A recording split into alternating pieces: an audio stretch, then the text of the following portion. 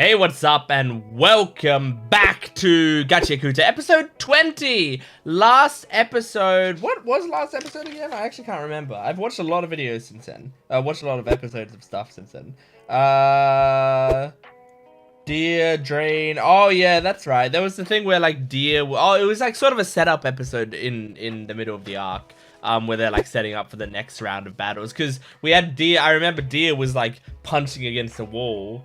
And it seemed weak at first, but then it showed like the stronger he hits something, or the longer he hits something, the stronger he gets.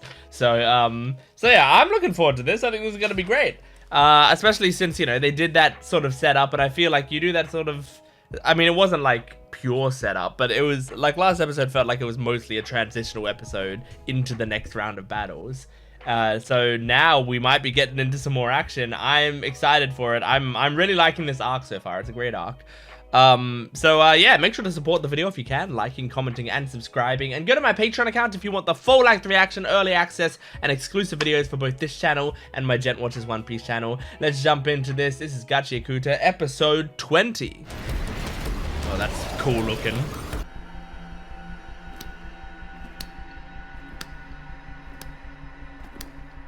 How is he falling like that, though? How is he falling so slowly? Stop. Pay attention to what they're saying and doing. I do like Bro. They can do. He's a cool guy. It's such a good way to show how his power works, being able to see the craters get bigger and bigger. This is a long recap, by the way. It's like a One Piece recap. Kind of like. I guess the idea is it's like a pacifier, so it's like he's growing up. Oh, fortunately, that just means punching through this bad boy should fill up your tank. Mm-hmm. Dear? I'll be damned. Looks like it's high time I turn up the temperature with you hooligans and bring you sick. in. Oh, sick. Whoa, it's like Feast floating your arms. That's cool. On my hands. Nice. Let shots crash. Hands.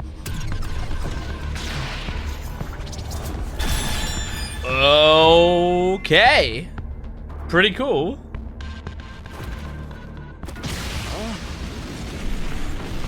feel like this show uses 3D animation pretty well. It blends quite nicely. Stop you here now.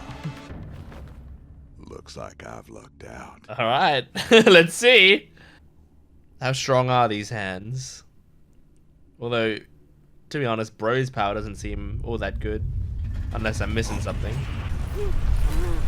Are they not even gonna get a chance to fight? Oh no, it's probably just moving. It's flying now, maybe? Whoa!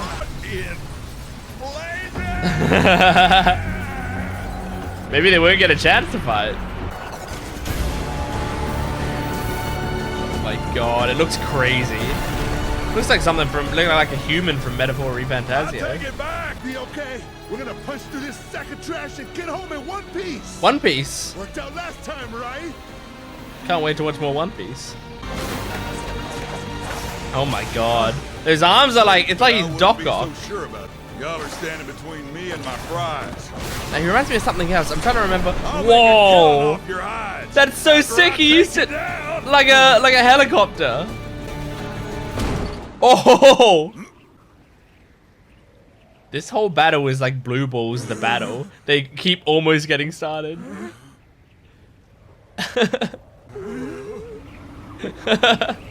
We're inside a car. Yeah, how did that happen? I ain't dying like this. How's the drive? Drive? 12 o'clock. What's he supposed to do? Come on. What? The wheels aren't gonna do anything. Yeah, what did you expect? You're falling.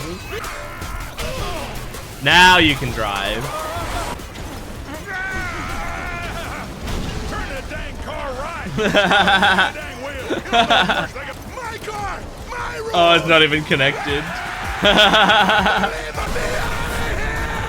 This is a fucking ridiculous sequence. These three were supposed to fight. Oh my god.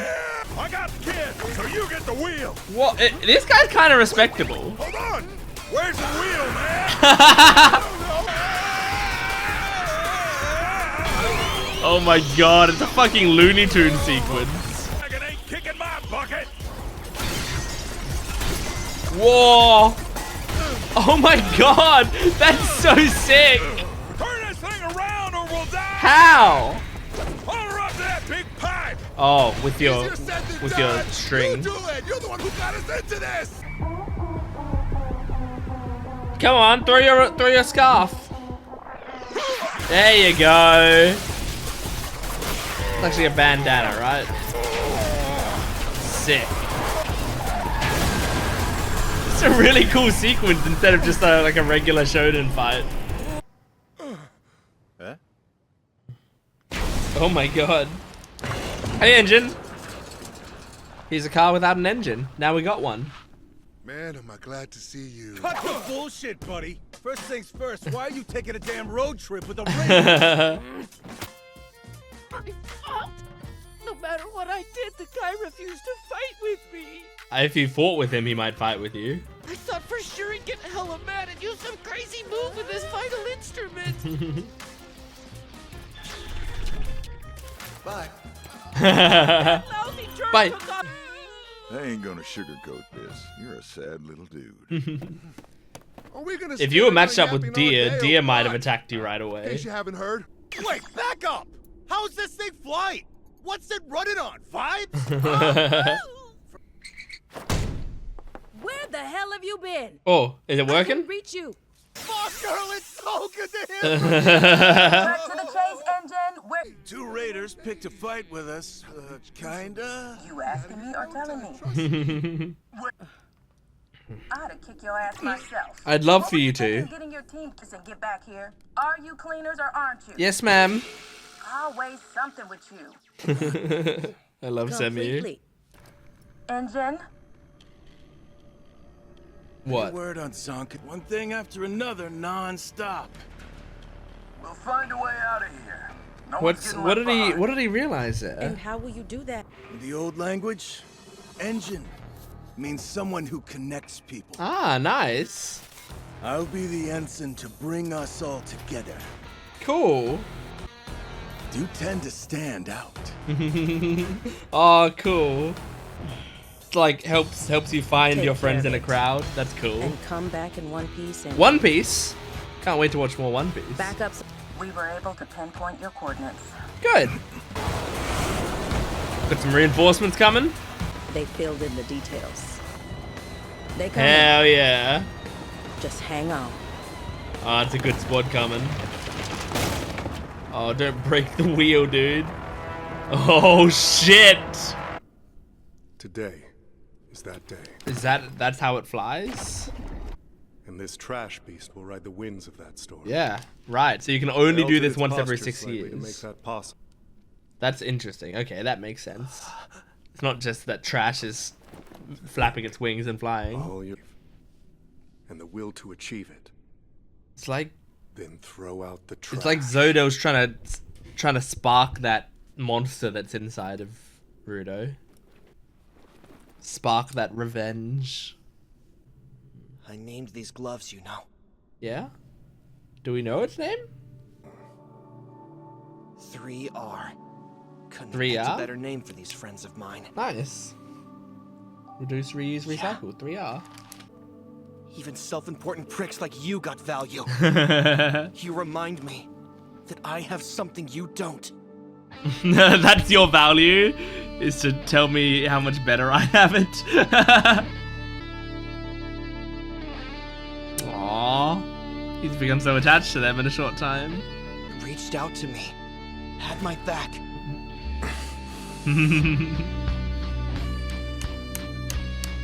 This music is Didn't fucking have sick. to do that with nothing but rage at home. Yeah, they did it without They didn't have to take in a sphere. asking, like without Knowing I'd much bring pressure. more danger to their doorstep. They were the only people besides Regto to see me for the guy I really am. Mm-hmm. They'll always stay with me. Always. Mm. That's not enough for me to live on anymore. Yeah, that's right. Any Whoa. good life, good people. Careful. No way Lucky I'm there aren't turning my sparks back on here. that. Spikes here. The time of my life getting even! Aw, that's cool. It's not gonna be a sad revenge story. Experienced rage and togetherness. What follows in conclusion is obvious. What? That you choose rage when it comes down to it? Deep, fast, yielding regret. The only sludge I see is right there on your ugly mug! You're just pissed off because you're jealous of my friends! But where are those friends of yours now? They're gonna find me. Oh, here, my friends. Is this Engine? That's Engine, baby! There's my friend! You were saying? How, he heard that conversation? That's the end of the episode? That was so quick. Oh. Jabba. Little Miss Bang Bang Braid. Alright. Man, great episode. Really good. I keep saying this. I say this basically every episode, but I like how much this show plays with expectations and throws them out the window. It's really good at it. It's doing it in such a way, it doesn't feel like it's just doing it, you know, because it's fun to throw away expectations. It's not just doing it to be like, look, I'm different than other series, but it does feel like it's like, it sets something up, and then I think that's gonna happen, and before it's about to go through the motions of all of that stuff, it takes a turn into something that I find way more interesting and like way more fun. So like, for example, before it was like the gun was the big like turn of expectations, right? In that it was like a big fight and you thought it was about to kick into a higher gear, or she was going to activate a new ability or something, and then in fact she actually just has a gun. And it's way more interesting because like not only is it like a shocking moment and like surprising, and is the imagery of her holding the gun and looking really evil, dark, and awesome. But also we learn more about Rio. We get into her backstory, and now we have more questions about her. And so like that was really cool. And then she saves Jabba, and it reveals a mystery from before. Like that's a really cool left turn. In this episode, the left turn that they took was that we have been for episodes building up this battle between Deer and Bro and the cowboy guy, right? And like that's been building up over and over throughout this entire thing. And so like it seemed like, okay, it's going to be a straight up battle where, you know, Bro is gonna be wrapping his scarf around the guy and like whipping him around, and Deer's gonna be like punching him, and each punch he gets stronger. So it's like maybe there'll be like he's spinning him around, and each time he goes through one rotation, Deer punches him once, and it gets worse and worse each time or something. Throws him to the ground. The arms are like blocking both of them. The arms pick up Deer and throw Deer at Bro. Bro like barely is able to like grab him in the thing. Like I can kind of think of choreography of a battle, you know, and it would be kind of a cool battle to watch. And they might still do a battle with them in future episodes, but instead what happens is like the environment's not waiting for them to finish their battle, so the environment just shifts and they're not expecting it, and it just happens, you know? Like the cowboy spent too much time talking, and so shit continues, you know? Like it's not gonna wait for him. And I like that. I think it's cool because it reminds me of in Community, in Advanced Dungeons and Dragons, the second Dungeons and Dragons episode that they did. There's a bit where they're trying to race to kill the necromancer, and they start like they get to the door of the necromancer, and both teams are there, and so they like fight it out, and because they want to be the ones to get in there and face the necromancer. So the both parties fight it out outside the door to see who can go in there and fight the necromancer. And once the battle's over, they open the door and there's no necromancer, and they're like, what the fuck? You Abed, the dungeon master, this is supposed to be a battle to get the necromancer, and then he's not even there. And Abed's like, yeah, dude, you were standing outside of his door for an hour arguing over who's gonna kill him. He leaves out the back door. Like, the world does not wait for your cool scene to finish. The guy was standing there and heard you guys arguing the entire time about who was gonna kill him, Of course he's gonna leave. And so that kind of reminds me, that's kind of what this is, right? They did in previous episodes, like, instead of fighting, they chatted, they talked. And so because they talked for so long, the environment changed and it didn't wait for them, you know? And then what we get instead is another really cool sequence that's also very funny, of them having to drive through the trash, and it's like a car chase sequence, and then they meet up with Engine and there's more cool stuff happening, you know? Like, I feel like all of that is way more interesting than the fight would have been to me, at least at this point. So yeah, I like it. I like that this show continuously surprises me. It's great. And I like Engine, you know, Engine being a word that means he brings people together. He's the connector between people. That's a cool thing. And then also like the idea that, you know, he has an umbrella. The umbrella can stand out in a crowd. Like, he can be a beacon that other people flock to. It's great. Engine's a great character. I really like him. And I still like the way that they're writing Rudo's story. It seems like he said in this episode, I'm going to have the time of my life getting even. And so, like, the way that I read that line is he's saying, like, yeah, we've watched a lot of revenge stories where the revenge story is pretty fucking bleak and sad and dreary. Even if it's fun, like, the main character is not having fun in the revenge story. Think John Wick, think Last of Us Part 2. Like, these are stories where it's like the main character is pretty fucking miserable the entire time. While trying to get this revenge, you know? But in this, it's like Gachiakuta is allowing itself to still be a revenge story while also having the main character go like, but look, this is my goal, but like, I've still got friends, I've still got people I care about.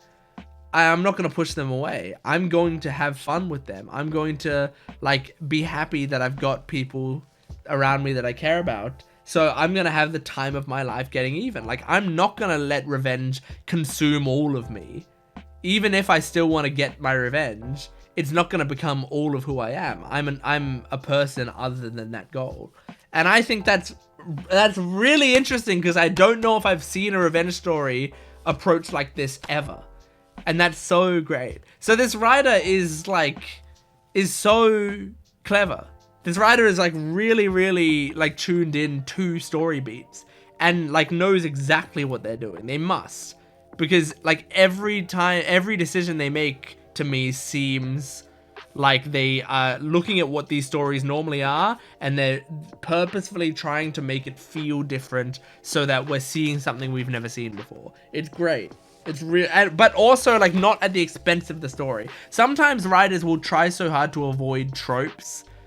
And what they end up making is a less impactful story, because, yeah, it avoids tropes, but a lot of tropes are there because they're interesting things that happen in the story. They're like, great stuff. You know, just because something is a trope, just because you can be like, oh, that's the old kick the cat trope or whatever. Like, just because you know it's a trope doesn't mean that, I think I fused save the cat and kick the puppy or whatever it is. Anyway, it doesn't matter.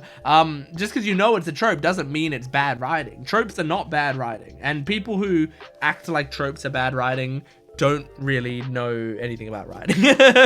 But, and, like, you know, you'll see the greatest pieces of media ever will often be, like, still an amalgamation of tropes. But that doesn't matter. Because, like, it's about applying the right tropes in the right circumstance and then putting your own spins on them and putting unique stuff in them. Like, you don't know what tropes are incoming necessarily, and, like, it's just convenient things that we can put in, you know?